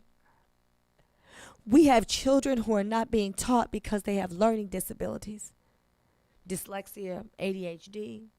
We have children that are given breakfast in the morning, and the parents are naive enough to believe that they're getting a meal. I actually know someone who is a public official, an elected official, okay, who had their boys in public school. The wife is a principal. Well, it's whatever they're doing now. I don't know. I understand they had some turmoil in their situation. But so this elected official has his boys in school. And when I was looking for a school for my boys, I was asking questions. And one of the questions I asked was, what do they serve for breakfast? He was like, well, they go up there and they have a good breakfast. I said, what do they have? And he said, I don't know. Well, how do you know it's a good breakfast if you don't know? You know, it's like things that make you go, But then I thought what was really, really ironic is that he still did not ask. So I ended up finding out. And I found out because I was sitting there because I wanted to talk to someone. I had questions about putting my boys in the school. And I saw them come through and I asked what was in the meal for breakfast. I found out it was a granola bar and a carton of milk. That is what they were giving the kids for breakfast. Let me say this. And now y'all know I get on my soapbox, okay? I'm not going to really get on my soapbox today. Just kind of put one, I'm just going to prop like one little tiny foot up there. Y'all know I got a little bit of feet. So I'm going to put one little bit of foot up there, right? Here it is. If your child has a gluten sensitivity where their bodies cannot break down the protein that is in wheat, flour, so that means cookies, cakes, granola bars, I mean everything, right? Crackers, whatever, pasta, anything that says wheat flour, that means that child cannot break that down. They use wheat flour as an emulsifier or a binder to hold granola food together. So if your child has a wheat sensitivity and your child eats that, wheat for a child or an adult that cannot break down the protein, it operates on the brain like morphine. It slows you down, slow to process, slow to apply information, slow to receive the information. People will say the child's being disrespectful because they didn't just pop up when they told them to do something. They're trying to take what you're saying to them, process it, so then they can execute. And it's just slower. It'd be the same thing with your processor on your computer. If you don't have a dual processor and you're trying to click between different URLs and links and open a video and type on social media at the same time, it's slower to process. It cannot execute everything at the same time. Look at that the same way. Okay, so let's say a child has a gluten sensitivity and they eat that granola bar. Okay, what if the child also has a dairy sensitivity? Their body does not break down the milk protein. Now, a lot of people think about that as like a lactose intolerance. It's not lactose intolerance. It is, in fact, your body cannot break down that protein. Well, if that is the case, that operates like an opioid on the brain. So it'd be just like if a kid took a narcotic. Just like the opioid crisis, everybody's talking about how they seem to be just, in a lethargic state. That is how the child is in school. So now you're saying, well, why is that important? I'm telling you this because oftentimes children who have not been diagnosed and have significant food allergies will seem to be disrespectful or they're flippant because the wheat also will make you easily irritated if your body can't break it down. Y'all didn't know that? Well, that's what I'm here for, babies. And so let's just say this child is having a bad day because of the food that they have been given. Now he's been beaten. He's been beaten, humiliated, dehumanized, and because it's a young black boy, he's also been emasculated. We're gonna play a little bit more of this clip. I'm gonna try to get through it. I couldn't get through it on my own, but I think it's a little bit more. We're gonna play a little bit more of it. Taking down, nigga. Fuck wrong with you? This woman ain't got you in that room and taking down, nigga. Fuck wrong with you? This woman ain't got you in the kitchen with you bad ass kids. But she don't. But don't play with me, nigga. Make me get that call again. You ain't think I'm coming here with your ass. You look at it, I was trying to fight you in the classroom. I will whoop you when you act up at. Now play that classroom now. Everybody will talk about you now. Blah. All right, so she has called him a nigger in front of this white woman and everybody else at the school several times. She has humiliated him, so every child in that school has full reign to make fun of him. Full reign, a wide open door to make fun of this child, to also humiliate him, to talk about him, and to use that buzzword, bully him. Because now he's too afraid to fight back because he's afraid that his mother will come there again. So now he has absolutely no defense mechanisms. And she did all of this to showboat and show this white woman what a great woman she is, mother, I guess humanitarian child. And all she did was get herself a CPS case. Now this child is going to be removed from the home. We know oftentimes children that are in foster care do not get the best of treatment. I am certainly not advocating for this woman to lose her child or for the child to remain there. I think this is a time that CPS needs to show up. But here is the other problem. What exactly needs to happen to her? Because she is an African American woman. We already know how they feel about African Americans as a whole. And they do not discriminate in their mistreatment when it comes to justice in jail for African American women as opposed to African American men. So now, what will the charge be? Abuse to a child? Neglect? What will the charge be? What she needs is parenting classes. I know y'all feel like I got a soft heart and y'all talk about me a lot, but really that's what needs to happen. This woman needs parenting classes. She needs somebody to teach her that is not right. And my dad used to say all the time, you can't mistreat nobody to get your point across. That's what she attempted to do to this little boy. But the only reason she's doing that is because that's what was done to her.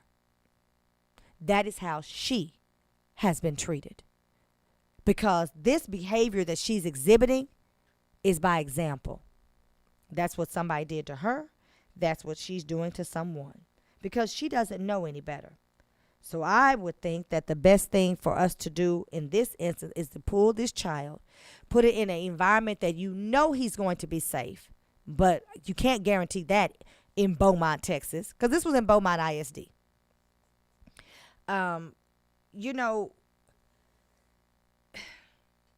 She wants to do the right thing.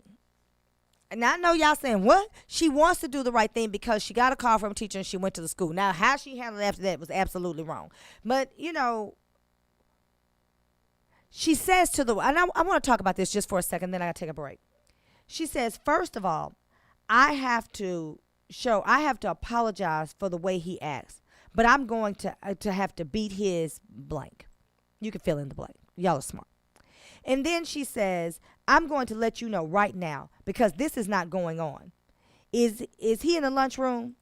You stay right there. The mother's wearing, she's got a badge, so she went through the office. She did the right thing. She says, you stay right there. You stay right there. Because she wants to demonstrate to this woman that her child is not going to be a problem because she wants him to learn. She went about it absolutely the wrong way. But that's how she was treated, I guarantee it. This is a learned behavior. And we have talked about this woman. We've said she needs to lose her child.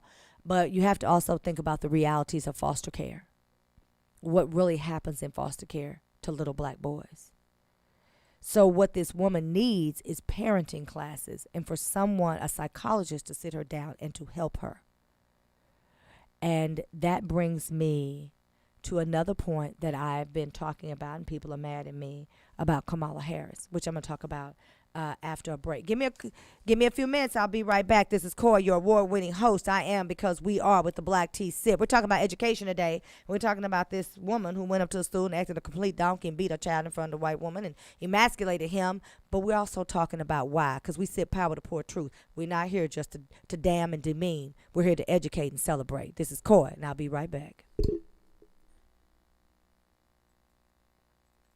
December 6th at noon, 12 p.m. Join T.H. Moore, author of The End Justifies the Means and The Devil's Whisper trilogy, as he discusses his newest novel titled I Am on the Black Tea Sip podcast with Coy Murchison. In I Am, T.H. Moore pens a literary warning to America.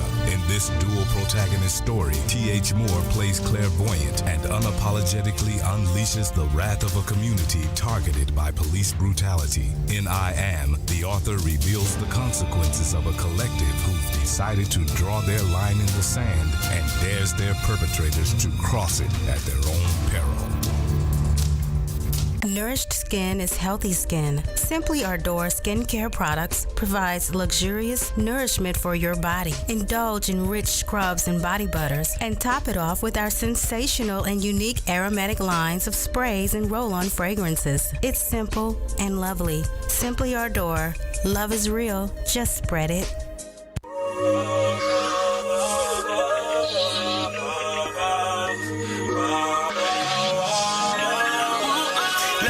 This is anti-hesitation. It's a real celebration. It's a dime block declaration. 59th and 5th Ave, granny house with vanilla wafers. It's the remedy to separation. Tupac of my generation. Blue pill in the open matrix. Red rose in the great pavement. Young black nigga trapped and he can't change it.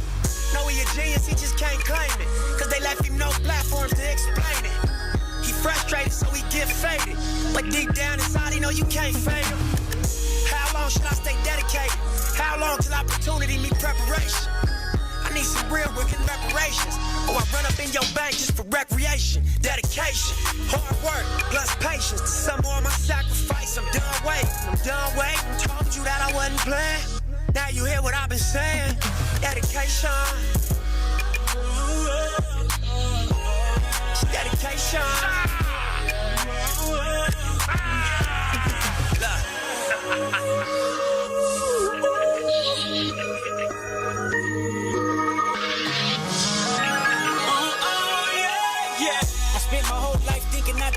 Boxing homies 3-on-1, got DP, but I ain't dropped. Chirp on me, here I come. Spin around the block, they blurred on me. Said I ran a stop sign, but that's a lie. I spent my whole life staring at the stage, playing Sega, daddy smoking Sherm, mama playing spades, catching vapors. Grandma said I get some Jordans for my grades, that's my baby. When she died, my heart broke 100 ways.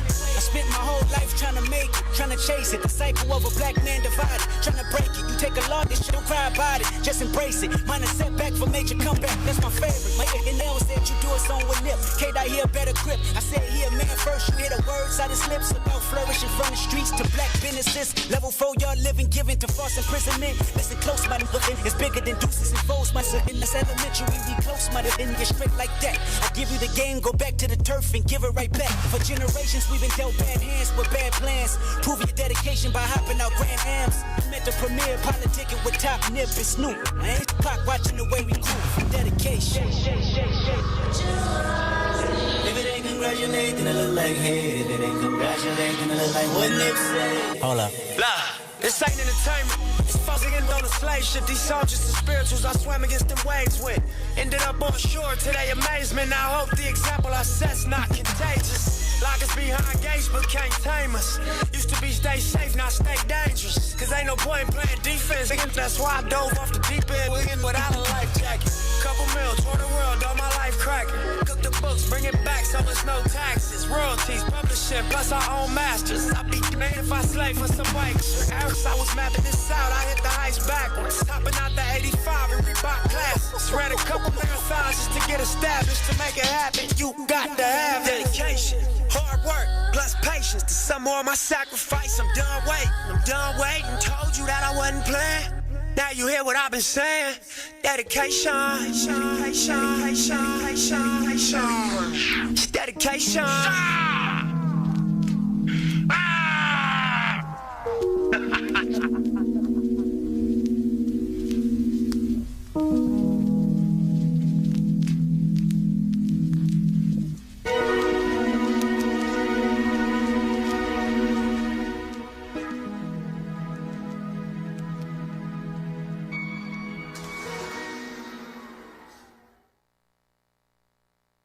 I didn't know about the brother before he was gone, but certainly want to pay homage to him now. All right, listen.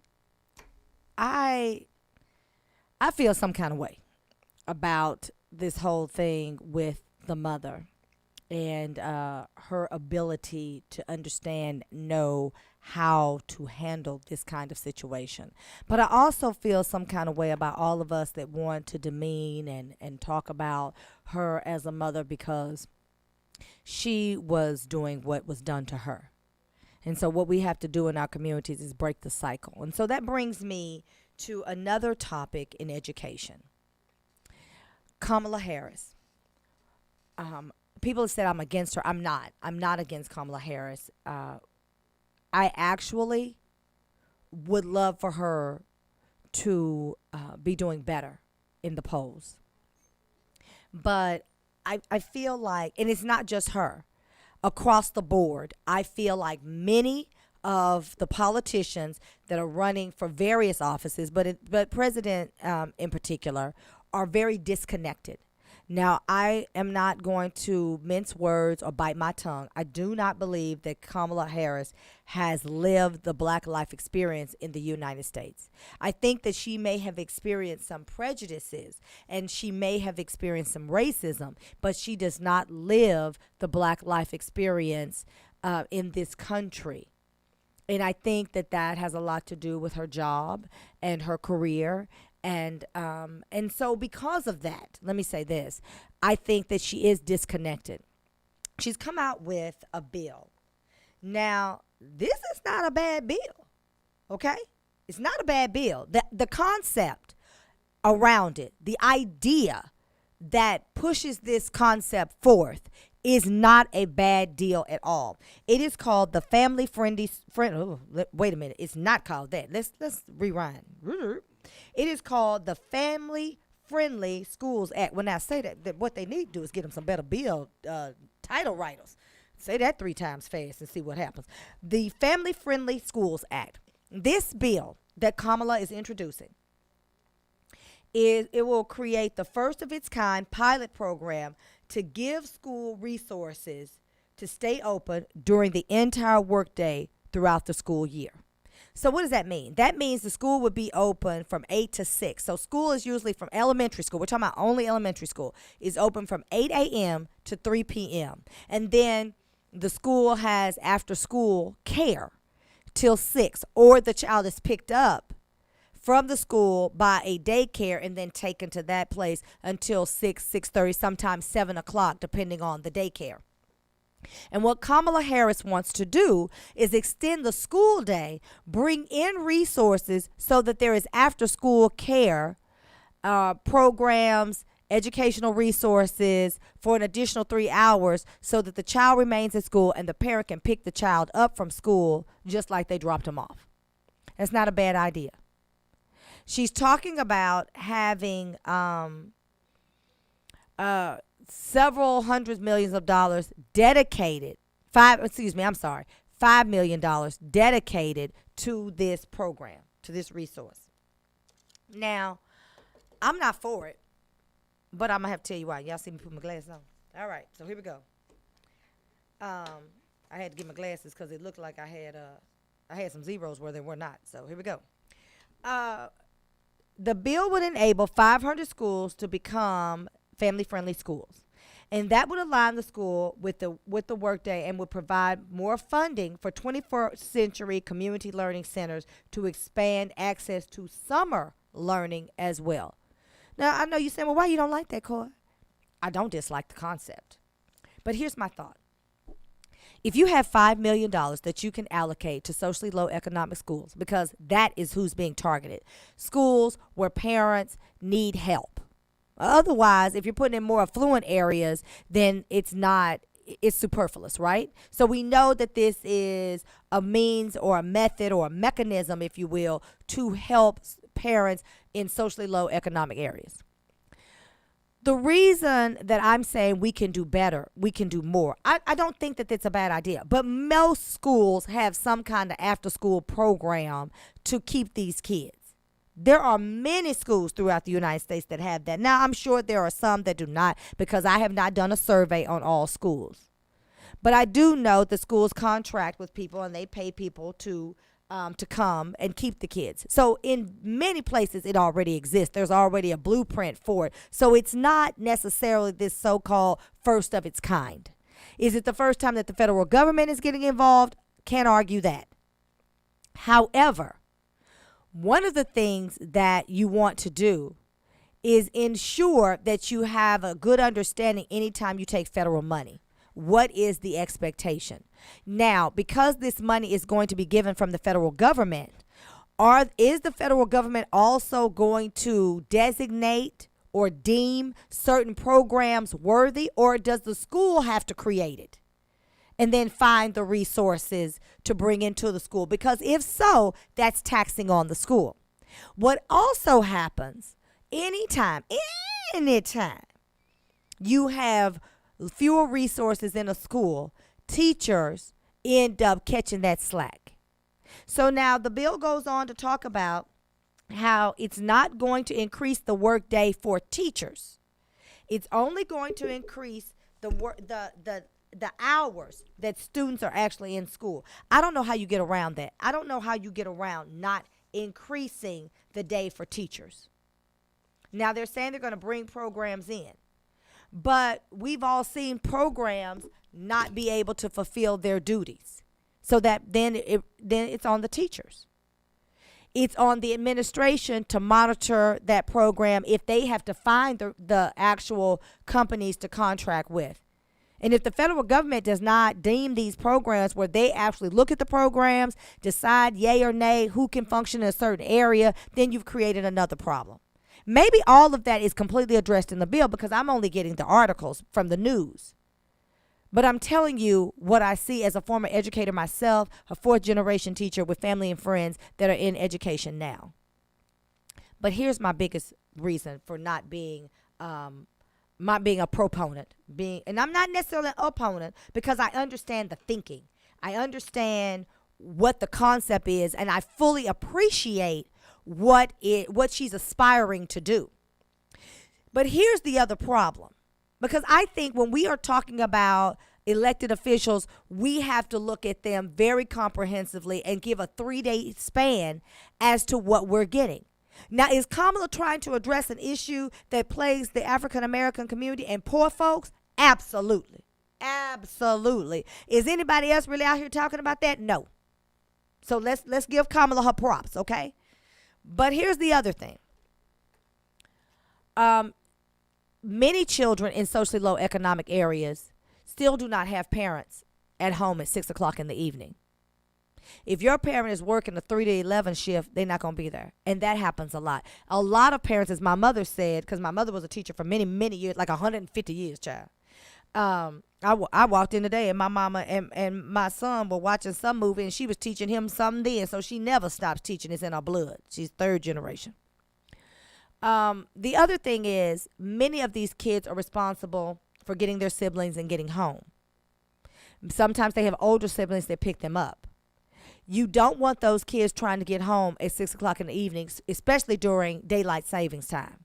I don't know if any consideration has been given to that, but that's one of the first things my mother and I talked about is the fact that her, y'all let me put my glasses on so I can get it right now because, I fumbled a little while ago. Family Friendly Schools Act would put kids out after 6 o'clock. If your parent is still not there to receive you at 6 o'clock, then what do? Many of those kids are dismissed from school at 3. They get their siblings and they go home, and they're what they used to call latchkey kids. So I don't know how that works. But here's my biggest reason for not jumping up and down celebrating this. If there is $5 million available to go to socially low economic schools, then what we ought to be doing is looking at wraparound services. When you're saying, well, what are wraparound services? Wraparound services allow schools to have psychologists at the school, nurses at the school. You also have academic curriculums at the school. You have broader-based computer science, computer-based programs at the school. You have athletics at the school. But what it's called is wraparound. So it looks at the child comprehensively and not just teach a designated curriculum, but it educates the whole child. So you also have diagnosticians at the school on pay at the school through the district so that they can diagnose children who may have learning disabilities. The kids that I talked about earlier when I was talking about wheat and gluten and how it affects them, someone there to understand how to educate those children. Now in Dallas Independent School District, elementary school kids take 4 breaks. 4. My son was at a school called Village Tech for about a semester where they didn't get a recess at all. That shows you that that particular school's leadership does not understand education. When my children were in private school out north, there was a team. So the entire second grade worked with the PE teachers, and they did specific calisthenics, I guess is the best way to put it, to have the brain stimulated for particular subject matter. So they all worked together in concert. So they did unit work. So the PE program mirrored math, mirrored science, English, and all of that. So whatever was going on in English, they also had a component in math. Whatever went on in math, there was a component in science. So it was comprehensive. But the PE also worked to strengthen through calisthenics the mind so that they were prepared for the academics. That is going on in schools all over the United States, people. So if we are not dealing with that, we will continue to have more of these mothers at these schools who are out here beating and cussing and calling the child an N-word and all in their face and humiliating them and setting them up for failure. Because now he's too embarrassed to learn. There should have been, Kamala, if anybody can get to her and tell your girl, listen, this is what we need. That $5 million, that's great what you're trying to do. We need wraparound services. There needed to be a psychologist on staff to pull that mother and that child and that teacher in and say, hey, we got a problem here. We got to address it. And that is happening. This is not me living in a world where I'm hoping that something else happens so I can criticize Kamala. That's not what I'm doing here. I'm saying it's a better way. If we are looking at how can we help parents so that we take the burden and the stress off of them with providing after school care for these kids, let's look at the child comprehensively and let's look at what we can do to help that child. How can we put that child in a position to be successful? $5 million will go a long way if we can get wraparound services. Because Texas Instrument, and I've spoken on this before, gave Lancaster ISD $8 million. Now, $8 million is not a lot of money for a large school district, but Lancaster is not a large school district. But they partnered with Lancaster ISD. They got $8 million. Guess what they have? Wraparound services. They have diagnosticians, psychologists. They've increased their sports. They've got more computer learning. All the things you want for 21st century learning. She is also talking about Kamala Harris in this bill. She's also talking about extending it where you have summer school throughout the summer so the kids have a place to go. That's a phenomenal idea. It's a phenomenal idea. But we also need to be looking at what are we exposing these kids to. Is it the everyday curriculum or are we going beyond? Because, see, this is what I've always said about education. I've always said there's a child in Singapore, 8 years old, with a computer that's running circles around our kids here. Oftentimes when our kids graduate high school, what they choose as their career path in college is already obsolete. We actually are behind in the United States. I know. Y'all saying, well, what about Donald Trump and MAGA and Make America Great Again? He's not dealing with education because he's an idiot himself. So education is not what he's talking about. He's talking about bringing jobs back, no jobs. He's talking about African Americans, lowest unemployment. You know why it's low unemployment? Okay, I've digressed, but just stay with me, okay? I've sidebarred. You know why it's low unemployment? Because they're not counting us anymore. You know that? You know that if they don't count you, then they put in their numbers, you don't exist. So, yeah, they have low unemployment because they have low numbers. Anyway, that's not what he's dealing with. And the only way America can truly be great is we invest in our youth. We invest in our future. We invest in our children. And this mother did a horrendous, horrible thing because she is ignorant. And you know what? Ignorant means she's had an opportunity to learn and she did not learn. So let me back up. Y'all gonna let me crawfish this for a minute? She's illiterate. She hasn't been taught. That's not a slight to her. That's not being facetious and coming for her. She's illiterate. I don't believe that she's ever been given the tools. If we have wraparound services, we can give parents the tools to not make these kind of mistakes. And parents are making those mistakes because my son was in school. So listen, we tried public school. Clearly, we're not public school people because as a former educator myself, I have expectations. When those expectations are not met, I snatch my kids. And now we're in a good place for education. My children are happy. It took time for me. Do not be afraid to advocate for your child. Do not be afraid to say if it's a spade, a spade. If you feel like it's something going on, don't be afraid to call it. Because they are pulling our kids in these RTIs and they writing these programs up. You know what? If they do, and I did not know this, and I know I'm a bit on a tangent now, but y'all know how my mind works. If they make accommodations for your child, that's fine. A little bit more time if they have ADD or ADHD. If they're dyslexic and they're working through their tools and they need more time, that's fine. That's done in college. You can get more time if you demonstrate a learning disability or a learning challenge. I don't really like to call it, you're not disabled, but you have some challenges. For the GMAT, if the GRE, the LSAT, all of that, instead of 3 hours, you're given 4. That is understood. Let me tell you what they're doing to our kids. They're not just making accommodations, they're making modifications. If they make a modification, that means you cannot apply to college. Did you know that? So some of these RTIs that they're doing with these kids, and they're pulling them out and they're having these meetings, they're deciding how to help the child, they're crippling your child's future. You need to know what's going on. So I am saying, Kamala Harris, I believe you want to do the right thing by us. Not think she pandered. Don't misunderstand. I ain't taking nothing back, because said that meant that represent that. If I said it, I said it 99 times. I ain't never scared. I should have had that cue so I could be, I ain't never scared. I ain't never scared. I ain't never scared. But I think she's trying. I do think she's pandered. I think she's flubbed up, and I think she knows it. But I think this could be a good thing if we take that money and do the right thing with it. So, shout out to Kamala. Somebody tell her what I said. Tell Soror to call me. I help her work this whole thing out. Education. I put some educators around the table, baby. We'll get it fixed for you.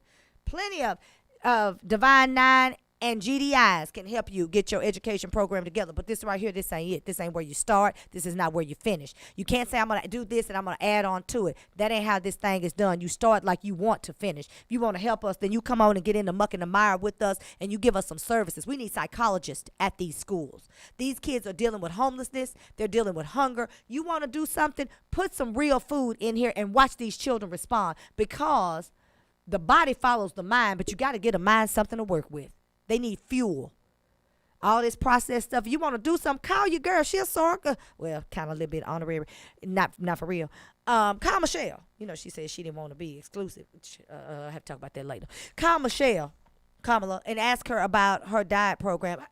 Call Deborah Haynes, a Friendship West Baptist Church, who was literally trying to work with schools to get them real food. We need to start at the root. We can't just keep putting masking tape over a gaping bullet wound. And I'm not saying that she's not trying. I'm just saying it ain't good enough. You know the song, Sometimes Your Best, my best just wasn't good enough. Okay, I kind of messed it up, but y'all get the point. Now, in Houston, very quickly. Oh, Lord. Po Houston. So Houston ISD will be taken over by the state if the Houston Independent School District does not win its case in court. The Texas Education Agency Commissioner, Mike Morath, has recently sent a letter to Houston ISD and informed them of their plans to take over the school district. They received that letter on Wednesday. He sent the letter also to Shepherd ISD and Snyder ISD, which are much smaller independent school districts. In this letter, literally, they're going to be yanking the power from Houston ISD, because it is the largest independent school district in the state of Texas, as well as these other smaller, Shepherd and Snyder.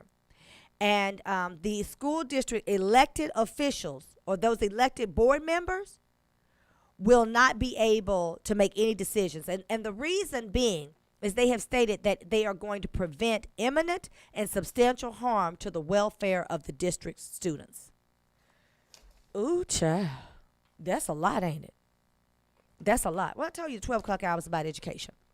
So let's educate on education. In Houston, what they are essentially saying, I'm not going to give you like the world news recap, like they act like you stupid and they'll say what they said was, well, nobody needs you to tell them what they said. You know what they said.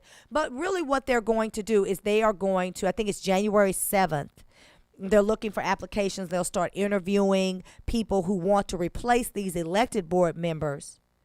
Then they will pick those persons to be board members.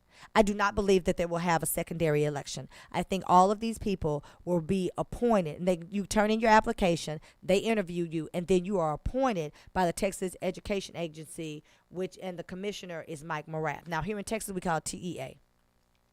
Let me tell you why this is very disturbing to me.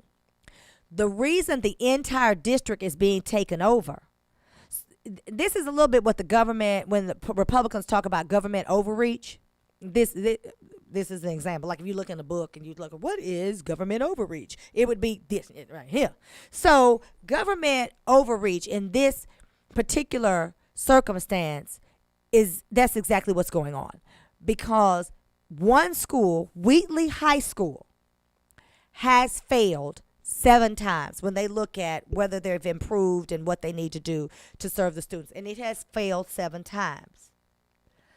But should they take over the entire district? Because Kashmere was also, it's also a historically black high school, and Wheatley and Kashmere are in close proximity to one another, and they're rivals. Kashmere got some talent.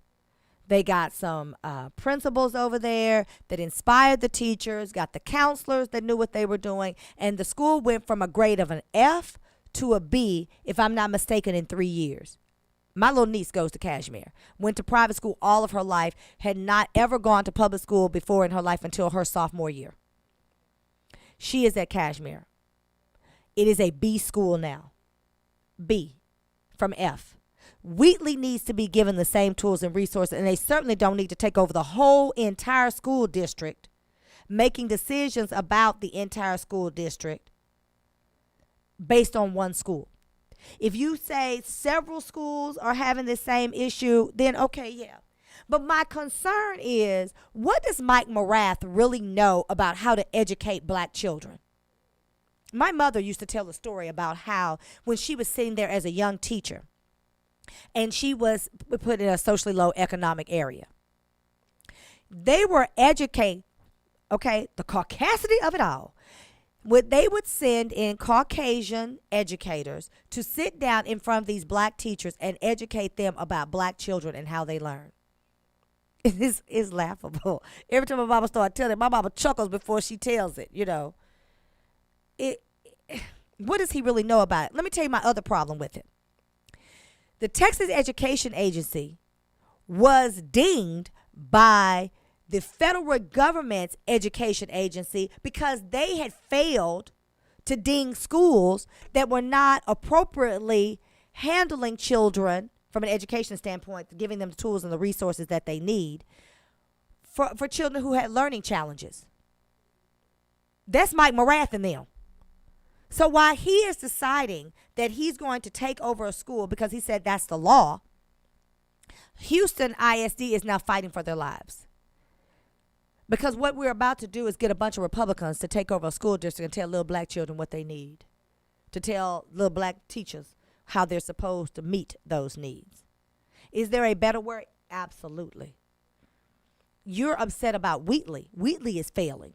Why don't you give Wheatley the same tools and resources you gave Kashmere? We already have a blueprint in close proximity to show how it should be done. I'm going to continue to do research on this, and I'm going to continue to bring this to y'all, but this is not right. And my grandmother used to say it's a right way and a wrong way to do everything, and ain't no right way to do wrong. And this is not right. Now, maybe Mike Morath has the best intentions. Maybe he's absolutely following the letter of the law. They failed 7 times. I don't want to say several. I want to be exact. 7 times. So, yes. But now the Bible says 7 is the number of completeness and 8 is the number of renewal. So maybe we just need to give them another year. But we need to give them the same tools and resources that Kashmere had, because Kashmere was an F school and has gone to a B. So we know that it can work. But I really feel very strongly that this is, well, I'm just going to say it, a Mike Sorrell mentality. To not have the school have certain representation. Y'all know what I mean. And to have the school change, because when people come in and tell us what we need, oftentimes it puts us in a worse situation. I do not think that an organization and its leader, who has been dinged by the United States Education Department, is in a position to go to Wheatley and tell them what they need. I just think that's the pot calling the kettle, because the Texas Education Agency was admonished by the U.S. Department of Education because they were not meeting the needs of children who had learning challenges. I'm sure there are children that have learning challenges at Wheatley, and following a standardized test, because they're basing all of this, the failing, on the test. That test is not geared for black children. Standardized tests are not geared for black children. Standardized tests are geared more for Caucasians, because the truth of the matter is we learn differently. And what I know for sure is these little white teachers, these Beckys, who are going to A&M and Baylor and Stanford and Berkeley, are not necessarily coming here learning about how black children learn, how Hispanic children learn. I can tell you, as a matter of fact, they don't even teach in many curriculums now for educators in college how a child learns. If they're a visual learner, an audio learner, or a kinesthetic learner, do they have to touch it and feel it and hold it in their hand to get it? They don't teach that anymore. So now you can't identify what kind of learner the child is. So then how do you teach that child for the optimum education opportunity? Well, you can't. You don't. So you take over the Houston school, and then you do what? You appoint some people. So, what is the metric? I think I'm going to call them and ask. What's the metric for determining who needs one? So I'm going to find out. I'm going to put the application out there. Those that are in Houston, y'all flood that agency and get some people to sit on this board who actually understand black children and can identify with the parents and the students at Wheatley as well as the teachers. We're in a state of crisis in education in America, but we're in a state of crisis, child. But the Democrats look like they might to do a takeover, but Democrats and the Republicans, oftentimes they respond the same kind of way. The Democrats are very idealistic and it sounds all good, but when it comes to execution, well, child, leaves a lot to be desired. All right, so we covered a lot of stuff today, and I did want to talk about education, and I did want to talk about what I think is going on in the world. And from politics, for those of you that say it doesn't matter, well, just try it and see if you like it before you decide that you're going to deem it as unnecessary. I'm so sick of y'all. Chicken sandwich eaters, Popeyes, I'm sick of y'all too. I am totally disgusted, and again, you get the Dildo of the Day award. All right, ladies and gents, this is Cora with the Black Tea Sip, your award-winning host. I am, because we are, and we will do it again next Friday. I want to thank Angelo Martinez. He is my engineer. I want to thank Courtney Kitchen. She is my intern. And I want to thank Sergeant Savage at the tender age of 11. He is my music producer. This is Cora with the Black Tea Sip, and we'll do it again next Friday. Diamonds, pearls, and Jerry curls, and I'm out.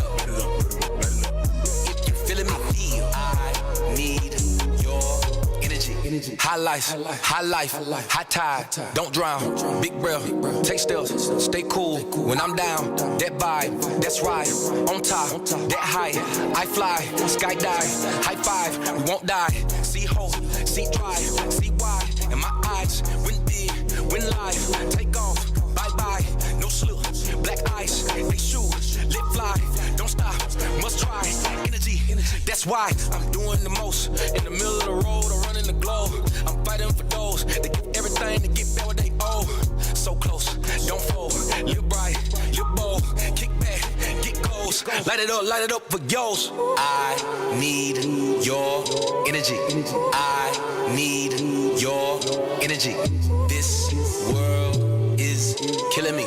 Light it up, light it up, light it up, light it up. If you feeling my feet, light it up, light it up, light it up. If you feeling my feet, light it up, light it up.